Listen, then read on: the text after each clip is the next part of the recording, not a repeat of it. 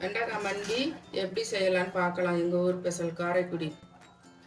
எல்லா விசேஷத்துலேயும் இந்த மண்டி இருக்கும், அவ்வளோ நல்லா இருக்கும். இது எப்படி செய்யலான்னு பார்க்கலாமா? வெண்டைக்காய் மண்டி பண்ணுறதுக்கு இப்போ எண்ணெய் ஒரு 4 ஸ்பூன் ஊற்றிக்கணும். முதல்ல வெண்டைக்காயை ஃபஸ்ட்டு நல்லா வதக்கி தனியாக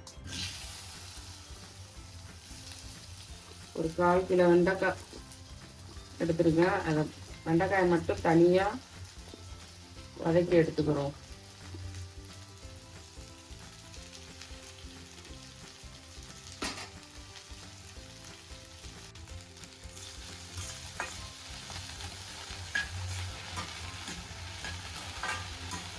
வெண்டைக்காயை மட்டும் நல்லா எண்ணெயில் அப்போ தான் நான் வளவளப்பு தண்ணியாக போகும்.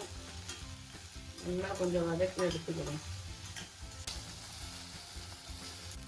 இப்போ நல்லா இந்த அளவுக்கு வதக்கி எடுத்துக்கணும். தனியாக எடுத்துக்கிட்டு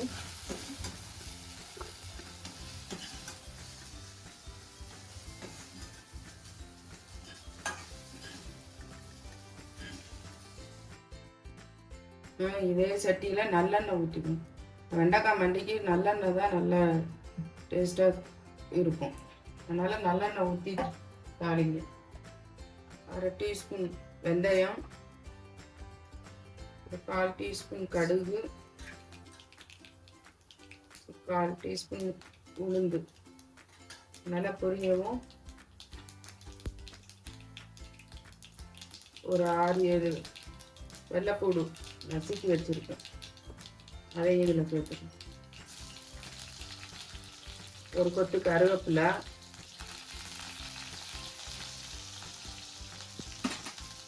ஒரு 3 வரமிளகாய் அதை கைநாட்டை கிள்ளி போட்டுக்கோங்க. ஓகே,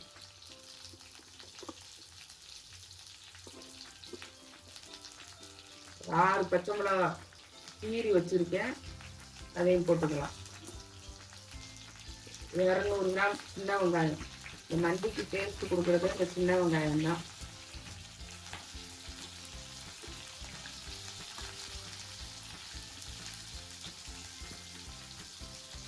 இதை நல்லா வதக்கிக்கலாம்.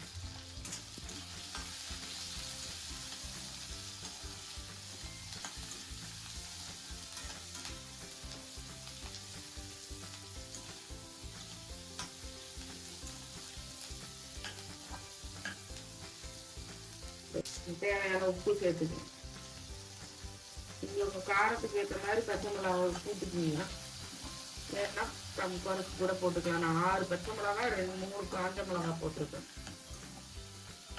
ஒரு தக்காளி, பெரிய சைஸ் தக்காளி, அதை பொடிசா கட் பண்ணி அதையும் சேர்த்துக்கிட்டேன். கூடிய விட்டு இது சின்ன வெங்காயத்திலே செய்யுங்க, அப்போதான் நல்லா இருக்கும். இந்த மண்டி 3-4 நாள் கூட வச்சுக்கலாம், கெட்டு போகாது. ஒரு 1/4 டீஸ்பூன் மஞ்சத்தூள், 1 டீஸ்பூன் வெறும் தனி மல்லித்தூள்,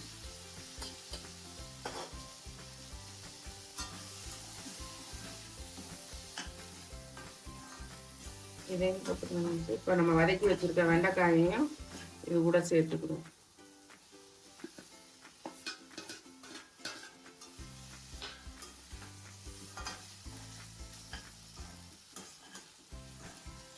இதுக்கு நான் மிளகாத்தூள்லாம் எதுவும் சேர்க்கல, ஏன்னா பச்சை மிளகா வரமிளகா அந்த காரமே இதுக்கு கரெக்டாக இருக்கும்.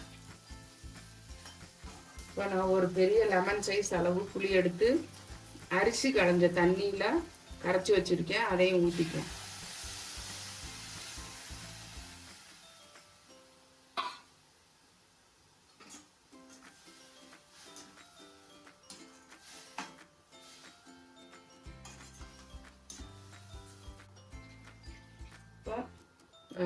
இந்த காய் வேகிறதுக்கு இன்னும் கொஞ்சம் நான் அரிசி களைஞ்ச தண்ணி வச்சுருக்கேன், அதையும் சேர்த்துக்கிறேன். இது அரிசி களைஞ்ச தண்ணியில் தான் இதை செய்யணும், அப்போதான் இந்த மண்டி நல்லா இருக்கும், டேஸ்ட்டாக. இதில் வேணும்னா நீங்கள் விருப்பப்பட்டால் கொண்டக்கடலை இல்லைன்னா மொச்சை ஊற வச்சு அதை வேக வச்சு சேர்த்துக்கலாம். நான் இன்றைக்கி எதுவும் சேர்க்கலை, வெறும் வெண்டைக்காவை வச்சு தான் மண்டி வச்சுருக்கேன். இதுக்கு அரிசி களைஞ்ச தண்ணியில் செய்யுங்க, நல்லா டேஸ்ட்டாக இருக்கும். இது 3 நாள் 4 நாள் கூட 1 வாரம் கூட வச்சு சாப்பிடலாம்.